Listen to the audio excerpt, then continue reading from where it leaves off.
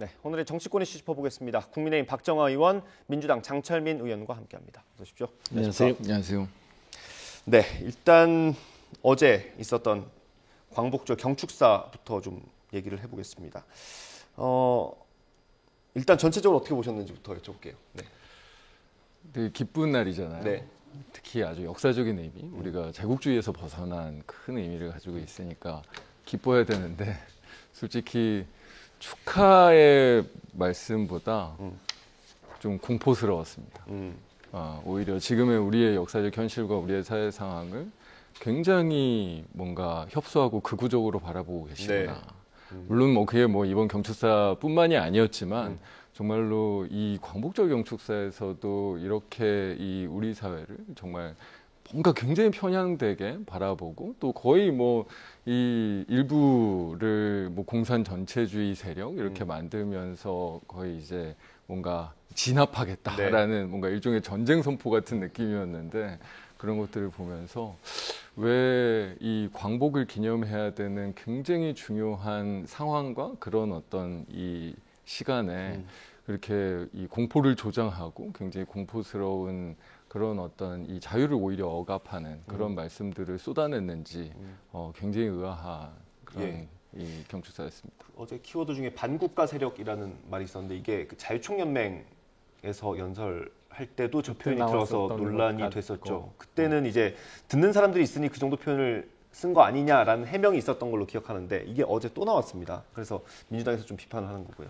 민주당에서 왜 이렇게 그거에 대해서 민감하게 대응하시는지 잘 모르겠어요. 그러니까 저는 어제 8.15 경축사를 들으면서 이게 독립운동부터 그리고 저희가 이제 그 해방 그다음에 대한민국 정부 수립 그리고 지금까지 오면서 우리의 이제 전체적인 역사를 총괄적으로 총체적으로 좀 정리를 해오고 그 사이에서 대한민국이 현재 그 자유민주주의 그다음에 시장경제라는 헌법적 가치가 어떤 식으로 구성되어 왔는지에 대해서 정리가 되고 이후 그럼 지금 현재 우리가 처해 있는 국제사회에서 우리나라는 어디로 갈 건가에 대한 정리도 한미일의 공조나 이런 관계를 얘기하시면서 잘 정리가 됐다고 생각을 합니다. 그리고 네. 한간에서 8.15 하면은 꼭 그 일본의 반성이나 이런 얘기가 있어야 되는데 왜 그런 거 빠졌느냐 이런 지적도 있는데 보통 대통령실에서 가장 중요하게 생각하는 대통령 메시지가 이제 8.15 메시지. 예. 두 번째가 이제 신년 기자회견. 그 다음에 이제 3.1절 뭐 이런 네. 정도거든요. 저는 이런 의미에서 현재 우리가 대한민국이 국제사회에서 처해 있는 상황, 그 다음에 현재 우리가 나갈 방향 이런 것들이 잘 정리됐다고 생각합니다. 너무 반국가 세력이나 뭐 이런 거에 대해서 민주당이 그 민감하게 대응하실 건 아닌 것 같고요. 예. 그 안에 가면 그런 얘기는 저기에서 해석을 하면 된다고 보여져요. 그러니까 독립운동을 하면서 지금까지 쭉 왔을 때 네. 대한민국의 독립을 위해서 노력하셨던 선열들이 많이 있는데 그게 자유민주주의 국가냐 공산주의 국가냐 라는 구분 없이 독립운동을 했었던 어떤 분들이 있었고 그런 또 움직임이 있었고 대신에 지금의 우리가 누리고 있는 자유와 인권, 민주주의를 위해서 지금 우리가 갖고 있는 헌법적 가치를 위해서 왔던 네. 독립운동이 있었기 때문에 그거를 구분해서 정리를 했었던 거라고 이해하면 네. 저는 뭐 공산 전체주의 반국가 세력이라는 걸 너무 민주당이 현재 그다음에 일부에서 좀 비판하는 것처럼 받아들일 이유는 전혀 없다고 생각합니다. 예, 그 대통령의 연설이라는 게 이제 어떤 자리에서 무엇에 대해서 얘기하는지도 그렇죠. 중요할 텐데 그 천하람 위원장 같은 경우는 오늘 라디오 인터뷰에서 6.25 기념사 같았다 이런 얘기를 했습니다. 아무래도 광복절과는 좀 안 맞는 연설 아니냐 이런 지적이 뭐 몇몇 있더라고요. 그건 어떻게 보세요? 저는 너무 도식적으로 생각하는 부분이라고 봐요. 그러니까 아까 말씀드린 것처럼 대통령실 하면 주요 이제 그 기념일마다 대통령 연설의 비중을 두는데 저는 8.15라고 해서 늘 언제나 일본의 반성을 촉구하고 인성의 옛날 얘기를 하면서 구성이 되어야 된다고 생각하는 건 도식적인 생각이고 네. 지금 이미 우리나라가 일본과 경제적으로도 문화적으로도 사회적으로 대등하게 그리고 일부 부분에서는 더 오히려 앞서가고 네. 있는 상황에서 맨날 우리가 주장했던 게 그 길이지 반일은 아니잖아요. 네. 그러니까 반일적인 감정을 가지고 그다음에 지금 공산 전체주의를 잘못 해석해서 천하람 위원장 같은 경우는 6.25를 끌어들인 건 아닌가라는 생각이고요. 하여튼 너무 도식적인 관점에서 보니까 그런 비판이 있을 수 있다고 보고 천하람 위원장 건은 공산 전체주의를 지금 현재 우리가 대치하고 있는 북한과의 인식으로 이해하는 거는 조금 좀 폭넓게 네. 이해를 하면 지금 비판 오전 아침에 있었던 비판들이 정리가 될 수 있다라고 좀 말씀드리고 네. 싶어요. 뭐 일본에 대해서는 파트너, 그러니까 같이 가야 되는 어떤 그런 관계로 이제 정의를 했는데 뭐 이 전체주의 세력 뭐 이런 부분들이 갈라치기 하는 것처럼 비칠 수 있다라는 우려도 있습니다. 그 부분 어떻게 보세요? 그렇게 들리니까 저희가 이렇게 이야기하고 예. 많은 분들이 비판을 하시겠죠. 방금 되게 도식적이다라고 말씀을 하셨는데 실제로는 역사인식을 바르게 하는 거죠. 20세기 초반부터 지금까지 이 인간의 자유를 억압하고 이 인류를 힘들게 했던 게 굉장히 강력한 제국주의와 전체주의였었잖아요. 우리가 광복절은 우리가 제국주의에서 벗어난 날이었던 거고 여러 가지 전체주의 역사는 또 다른 맥락들이 있었죠. 네. 근데 그런 부분에서 뭐 이 천하람 이 위원장도 이야기한 부분도 사실 이 6.25는 우리가 이 공산과 싸웠던 거지만 네. 우리 광복절은 그런 어떤 진짜 힘에 의한 세계 평화가 깨어졌었던 제국주의에서 벗어났던 일 그런 것들에 대한 지적일 수 있고 그게 올바른 역사에 대한 어떤 틀일 수 있죠. 그러니까 저는 당연히 도식적인 게 아니라 우리의 지금의 현 정권이 이런 어떤 역사인식과 역사적인 현실에 대한 이해가 굉장히 몰리하고 편협하구나. 이런 것들을 오히려 보여줬다라는 생각이 분명하게 들고요. 이게 자유란 게 그런 거잖아요. 힘센 사람들은 인류 역사상 자유롭지 않았던 적이 단 한 번도 없습니다. 자유를 강조하는 건 힘센 사람들의 자유가 아니거든요. 네. 힘센 사람들의 자유를 강조하는 게 전체주의인 거고요. 나랑 생각이 다른 사람들, 우리 사회 안에 힘없는 사람들, 네. 국가적으로도 그렇죠. 힘없는 국가, 정말로 이 세계의 어떤 이 패권을 가지고 있지 못한 어떤 국가들, 이런 어떤 이 사람과 국가와 인권에 대해서 이야기하는 게 민주주의 아닙니까? 근데 지금 사실 윤석열 대통령이 이야기하는 자유는 정말 다양성을 완전히 배격하는 조금과 나와 다른 생각, 나에게 뭐 대항하거나 나를 비판하는 사람들은 다 전체주의, 공산주의 뭐 이런 거잖아요. 사실은 저는 오히려 예전에 나치랑 더 닮아 있으신 것 같아요. 전체주의가 공산 전체주의라고 얘기하지만 나치가 유태인 학살만 한 게 아니라 공산주의자들도 학살했거든요. 실제로 우리와 다른 나에게 저항하는 그런 부분들을 하나도 인정하지 않고 적으로 규정하고 그거에 대한 어떤 사법적이거나 아니면 이런 어떤 수단을 갖다 대고 공포를 조장하고 그러면서 어떤 정말로 힘없는 사람들 아주 일반적인 사람들의 자유를 제약하면서 민주주의를 퇴행시키는 모습들을 지금 보여주고 있는 거잖아요. 그래서 저는 사실 어제 정말 광복절 기념사가 아주 역설적인 그런 어떤 이 말씀들을 쏟아냈다. 예. 그런 면에서 힘 없는 사람들, 이런 비판적인 세력들은 당연히 그런 부분들에 대한 문제의식을 굉장히 강력하게 가질 수밖에 없는 거죠. 장편리 의원님 말씀 주신 거에 제가 이제 일일이 그 말씀 가지고 말씀드리는 건 아니고 대통령이 뭐 어제 이제 연설문에 보면 이런 대목이 있어요.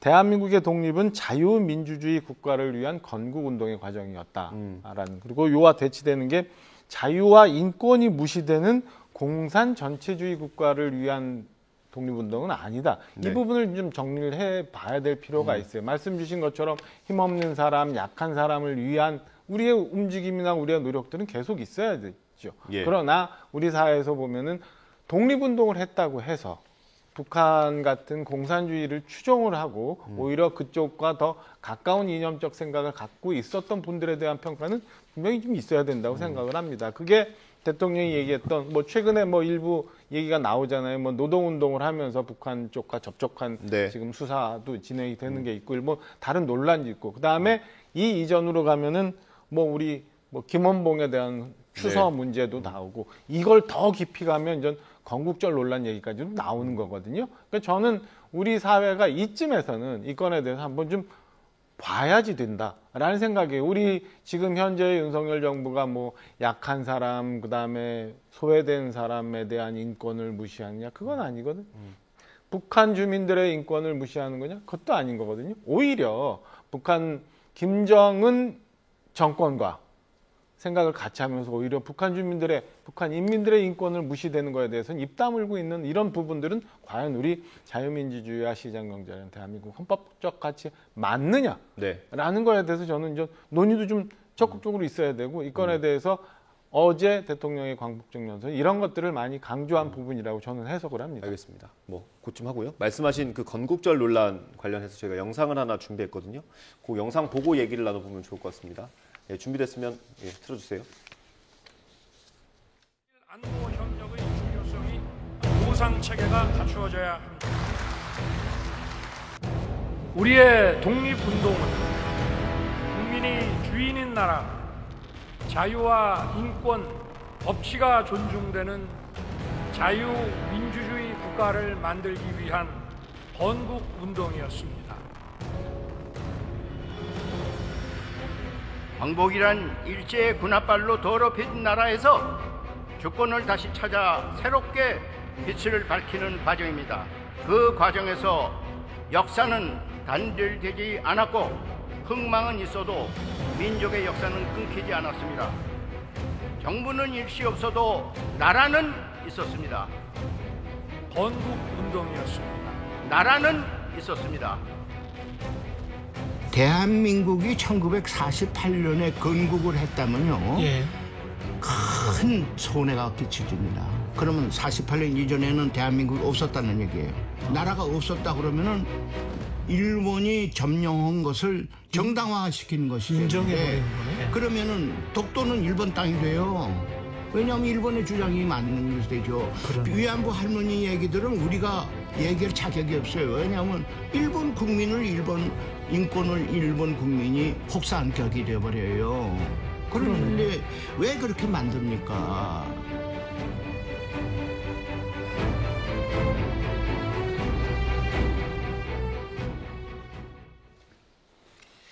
네. 윤석열 대통령이 명확하게 건국절에 대해서 언급하지는 않았습니다만 좀 해석의 여지가 있게 얘기를 해가지고요. 의원님 어떻게 보셨는지. 지금 뭐 광복 회장님이 아주 정확하게 정리를 하신 거죠. 실제로 이 48년 기준으로 대한민국이 건국됐다고 보는 게 얼마나 역사적으로 큰 문제가 지금 있는 논리인지, 그리고 그 논리가 얼마나 국익에 있어서 대한민국 역사에 있어서 정말 이 자해에 가까운 일인지를 사실 지금 아주 정확하게 설명을 해주신 거잖아요. 네. 그래서 저는 사실은 이게 아무리 뭔가 무슨 경제 이념에 있어서 아니면 뭐 북한에 대한 태도에 있어서 다른 생각을 가지고 있어도 이 부분에 대한 어떤 역사 인식에 있어서는 이런 종류의 건국절 논란 같은 게 더 이상 좀 이루어지지 않는 게 사실 지금 이 현 시대의 과제인 거지. 예. 이거를 뭐 아까 박정희 의원님 얘기하시는 대로 지금 열심히 논의를 해가지고 논란을 키우는 게 정말로 이 역사적인 관점에서도 지금 대한민국의 건강성을 위해서도 전혀 바람직하지 않은 일인 것 같습니다. 예, 의원님.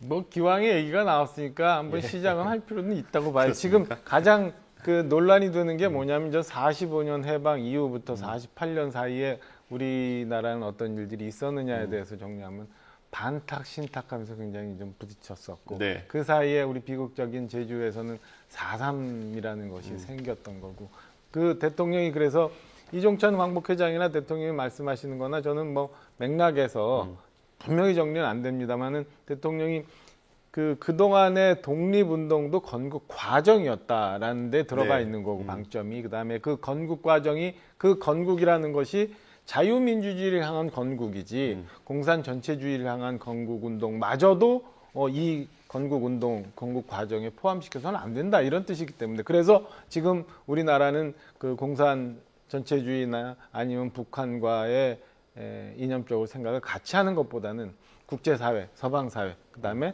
자유민주주의 체제에 맞는 그런 나라로 가고 국제사회에서 그런 역할을 해야 된다라고 정리한 거로 이해를 해서 저는 이런 논란, 이런 논쟁 정도는 아니면 이렇게 대통령에 대한 8.15 광복사에 대한 얘기는 해석이 어느 정도도 있어도 무방하다고 봐요. 아니 근데 이게 인식 자체가 너무 편협해서 그런 거죠. 그러니까 지금 뭐 광복회장님 말씀하신 것도 역사와 나라라는 건 있는 거죠. 물론 어떤 성격의 체제가 수립되는 과정이라는 건 있을 수 있죠. 네. 우리가 뭐 공화정을 만들 거냐, 뭐 어떤 뭐 자유민주주의 어떤 체제를 만들어 갈 거냐, 이런 어떤 정부나 정권의 수립 과정이라는 건 늘 있죠. 그리고 늘 변화합니다. 네. 이 한반도 역사에서 늘 변화해왔던 거기도 하고 앞으로도 사실 어느 순간에 좀 변화해 갈 수도 있는 거겠죠. 이제 그런 것들은 당연히 역사적인 어떤 현실이지만 이거는 역사를 어떻게 보면 독점하고자 하는 마음이거든요. 이게 건국이야.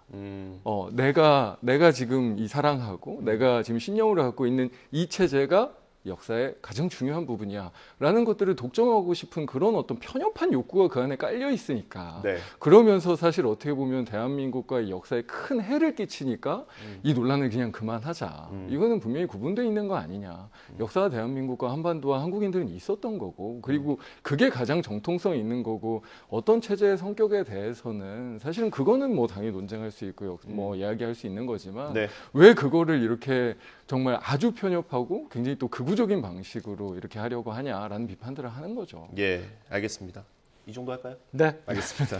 다음 주로 넘어가 보겠습니다. 잼버리가 지난 며칠 동안 논란에도 불구하고 일단 뭐 K-팝 공연을 끝으로 마무리가 됐고요. 오늘 사실 국회에서 행안위를 출발점으로 해서 이제 어떤 책임 공방 그리고 뭐 책임을 따지기 위한 절차들이 시작될 걸로 봤는데 행안위 전체 회의가 열리자마자 파행이 됐어요. 이게 전북지사를 여당에서는 불러달라고 요청을 했는데 야당이 반대를 했죠. 이게 지자체장이 오는 경우가 흔치는 않지 않습니까? 상임위에 뭐 이렇게 출석하는 게 많지는 않죠. 근데 지금 이 잼버리 관련해 갖고는 김관영 전북지사의 출석 그다음에 거기서의 말씀이 저는 필요하다고 봐요. 그러니까 지난주에도 말씀드렸지만은 새만금 잼버리는 성공적이지 못했어요. 그나마 그래도 잼버리 코리아를 통해서 예. 어느 정도 우리 대원들이 그래도 한국에 왔었다는 기억을 갖고 갔는데 어떤 것들을 우리가 그럼 덮어야 되느냐에 제일 먼저 저는 조직위원회 구성부터 봐야 된다라고 말씀을 드렸거든요. 네. 그러니까 조직위 구성이라는 거 보면 아마 전북도하고 여가부하고 네. 일부 중앙부처하고 이게 섞여서 아마 구성이 됐을 거예요. 그럼 그 안에서 누가 가장 키를 쥐고 일을 했고 그다음에 주요한 사업들의 추진은 어떻게 결정이 되느냐를 들어보기 위해서는 네. 그리고 지금 제일 크게 논란이 되는 건 뭐냐면 왜 매립도 끝나지 않은 그 자리에서 잼버리를 시작했느냐잖아요. 네. 그런 걸 보려면 저는 김관영 지사가 와서 며칠 전에 당신께서 직접 기자회견을 통해서 말씀을 하셨던 것처럼 네. 그런 입장을 좀 주시는 게 이 책임 규명을 해 나가는 과정에서는 필요한 거라고 봅니다. 그래서 지금 무조건 김관영 지사는 안 오시겠다고 하고 민주당에서는 안 된다라고 하면서 행안위를 파행시키고 진행이 안 되는 거는 저는 네. 썩 바람직한 모습은 아니라고 봅니다. 파행시킨 게 어느 쪽인지는 좀 논쟁이 있을 수 있습니다. 왜냐하면 여당 의원들이 안 들어왔거든요. 예, 어떻게 보십니까? 제가 뭐 전화를 해보지는 않았는데 김관영 지사도 나오고 싶을 것 같은데요. 그렇죠. 충분히 국민들 앞에서 뭐 이런 좀 이렇게 오해가 있었던 억울한 부분도 분명히 있고 또 어떤 의미에서는 대국민 좀 사과를 해야 될 부분도 분명히 있으실 거라서 제가 김관영 지사라면 당연히 국회에 나와서 또 국민들께 말씀드릴 수 있는 가장 또 좋은 이 공간과 기회이기 때문에 나오고 싶을 것 같아요. 다만 사실은 전북도만 나와서 이야기를 하는 것이 이게 균형에 맞는 일이냐. 이 잼버리가 이렇게 파행을 겪고 이렇게 망가져 있는 그 원인을 정확하게 우리가 파악할 수 있는 방법이냐에 대해서는 큰 의문이 있는 거죠.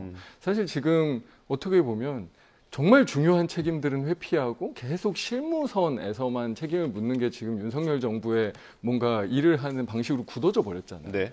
이태원 참사가 났을 때도 용산 소방서 정말로 애쓴 그런 어떤 이 소방관들이 정말 큰 고초를 겪었고 이번 무슨 해병대 건에 대해서도 뭐 수사단장이 사실은 지금 고초를 겪고 있고 지금도 사실 이 잼버리도 뭐 그런 어떤 장관들이나 중앙부처나 뭐 대통령실이나 이런 데들은 다 빠져나가고 뭔가 실무에서 가장 고생한 사람들에게 온갖 책임들을 다 물리고 네. 오송참사도 마찬가지고요. 지금 윤석열 정부가 어떤 국가적인 이런 문제가 생겼을 때 이걸 해결하는 방식이 굉장히 정말로 아주 실무에 어떻게 보면 그 안에서 어려움 속에서도 무언가를 해나가려고 애쓴 분들에게만 책임을 물리려는 이런 방식 자체가 굉장히 큰 문제가 있는 거고, 이번 어떤 이 행안위에서 이 전북도만 좀 부르자라고 네. 하는 것들도 그런 식의 어떤 접근 방식의 일환처럼 보이기 때문에 우리가 잼버리권에 대해서는 뭐 전북도나 뭐 정부나 다 또 각자의 몫이 있는 만큼 각자의 책임이 있을 거 아닙니까? 네. 그런 부분들이 좀 종합적으로 좀 이렇게 밝혀지고 보여지고 앞으로 사실관계와 실체적인 진실을 규명하는 그런 어떤 과정이 됐으면 좋겠다라는 바람이 있는 거지. 네. 지금 뭐 김광현 지사나 뭐 저희 당이 뭐 절대 나오면 안 된다, 나가기 싫다 이런 것과는 완전히 맥락이 다르다고 생각합니다. 지금 근데 김관영 지사께서 증인으로 상임위 출석을 반대해서 민주당이 그래갖고 그게 이렇게 되고 명확하진 있는 거 않습니다. 아니에요? 김관영 지사가 안 나오겠다고 한 건지 아니면 여야 간사끼리 협의하는 과정에서 오늘은 일단 김관영 지사를 부르는 건 좀 아니다. 왜냐하면 그 이전에 있었던 오송 지하 참사 때 그 얘기를 좀 더 해야 된다라는 게 아마 야당의 입장인 것 같고요. 그러니까요. 예. 그래서 저는 일단은 김관영 지사 관련해 갖고는 민주당이 너무 그러니까 오송 참사 관련해서 충북지사도 저는 필요 없는 그 과정에서 예. 상임위에 출석해서 얘기를 듣고 이 건에 대해서는 김관영 지사도 당연히 출석해서 얘기를 듣고 당신이 그동안 있었던 과정에 대해서 설명해주고 국민이 그걸 갖고 판단하는 게 그다음에 좀 전에 우리 장 의원님 말씀 주셨지만 자 어떻게 당시 상황이 진행이 됐는지에서 따져봐야 큰 줄기에서 그럼 어느 부분이 잘못됐는지가 알 수 있는 부분이잖아요. 그러니까 네. 저는 그게 어떤 방식이든 그게 누구건 간에 자꾸 제한을 두는 것보다 빨리 모든 부분에서 필요한 부분들은 다 와서 정리를 하고 국민들이 알면서 판단해 가고 그러다 보면 나중에 그 결론도 나올 거고 그 결론에 따라서 우리가 고쳐야 될 부분도 나올 거고 그래야 되지 않을까라는 생각입니다. 김관영 지사가 지난 월요일에 아마 기자간담회를 아주 길게 했던 걸로 아는데 그때 이런 질문들이 꽤 많이 나왔어요. 이제 김관영 지사가 책임 있는 부분만 책임을 지겠다. 법에 나와 있는 부분, 나한테 권한이 있는 부분만 책임을 지겠다고 하니까 기자들이 궁금하잖아요. 그래서 그러면 전북도가 도대체 얼마 정도의 책임이 있느냐 숫자로 얘기를 해주기를 원했는데 그런 답변은 안 나왔어요. 이걸 어쨌든 중앙정부와 전북도 둘 모두에게 책임이 있다면 어느 정도 책임을 이렇게 좀 비율로 나눠볼 수도 있을 것 같은데 의원님들 생각 어떤지 어려울까요? 어떻습니까?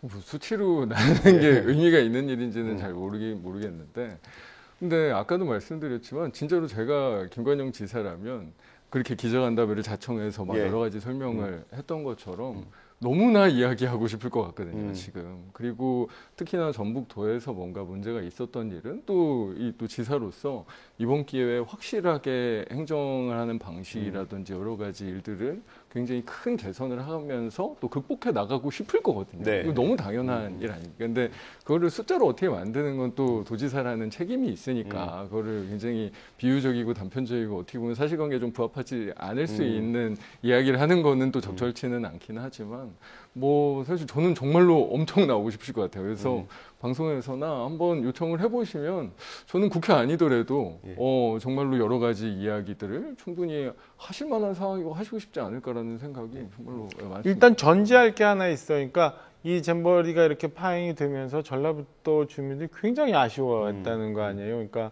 지역 경제 활성화도 좀 기대를 했고 이참에 전라북도를 좀 많이 알릴 수도 있었고 뭐 이런 건데 그게 되지 않고 오히려 전라북도라는 이미지가 굉장히 나빠져서 지금 돌아가는 거에 대해서 다 아쉬워했다는데 그거는 이성은 전제를 해놓고 그러니까 전라북도 주민들에 대한 공격 내지는 전라북도 주민들을 마치 활용해서 이 공격을 벗어나려고 하는 이런 것들은 없애버리고 놓고 본다면 저는 두 가지를 봐야 되는데 첫째는 아까 말씀드린 것처럼 조직위원회 구성이 그럼 애초에 어떻게 됐느냐, 그럼 어디에 더 비중이 있었느냐, 그러니까 중앙부처냐 아니면 뭐 전라북도냐, 그리고 핵심적인 일들을 그 조직위 안에서 어떤 분들이 어디서 파견 나온 분들이 더 많이 했느냐를 하나 보면 책임 소재의 비율이 나올 거고 두 번째는 이제 계속 논란이 됩니다만은 과연 그러면은 잼버리를 하기 위해서 새만금이 소환이 됐느냐 아니면 새만금을 위해서 잼버리를 이용했느냐 이런 논란이 있잖아요. 지금 네. 뭐 11조의 SOC 예산을 썼네 마네 그다음에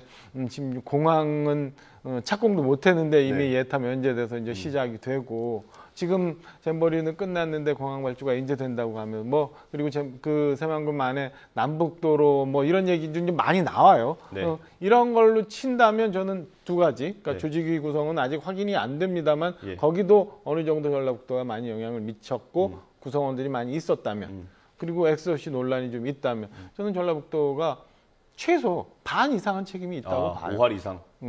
그렇게 봅니다. 이거 모두 다 중앙 정부에서 더 많은 책임이 있고 네. 전라북도 도청이죠. 도청 공무원들은 전혀 책임이 없다라고 하기보다는 저는 오히려 반 이상이 있을 예. 수 있다라고 생각합니다. 5할 이상이라고 일단 기준을 제시해 주셨으니까 거기에 반박을 한번 해주시면. 아니, 물론 수치적으로 예. 아마 두 가지 방향에서 해결을 좀 이렇게 파악해 볼 수 있을 것 같아요. 하나는 돈의 흐름이고 네. 하나는 의사결정의 흐름이죠.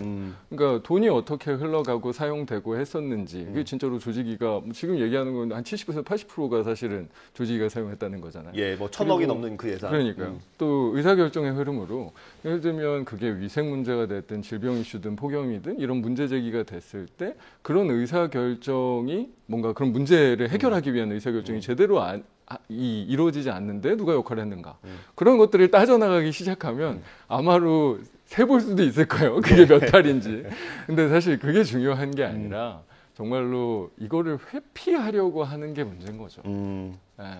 그 책임이 이렇게 큰 문제가 생겼을 때 그리고 우리의 어떤 이 국가적인 격과 뭐 여러 어떤 자부심 같은 것들이 이렇게 큰 훼손됐을 때 이건 정치적인 문제잖아요. 네.